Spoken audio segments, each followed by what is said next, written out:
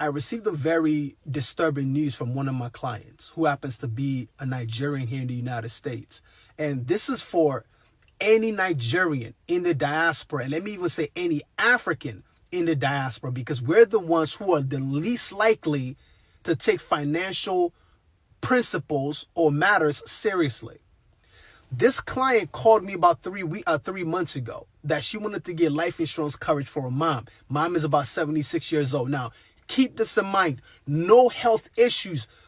She had diabetes. I think that was it. But other than that, she was pretty good when it comes to health-wise. She called me last week that her mom was diagnosed with stage 4 cancer, rushed to the hospital. And it was shocking to me. It was shocking to her because it's what they called it undetected cancer. 2 days ago, she passed away because they only give her 7 days to live. The challenge that I have with people in our community is this.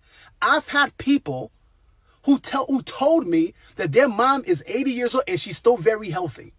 My grandmother lived to 100, so in their mind, their dad would live to be 100. That is the most ridiculous thing that I've ever heard. And unfortunately, it's the same people that will be relying on other people to crowdsource when they lose a loved one. And let me say this very clearly. If you are a parent, you have a spouse, you have kids who depend on you for their livelihood, and you don't have any type of life insurance coverage, please excuse my language. You are a wicked person.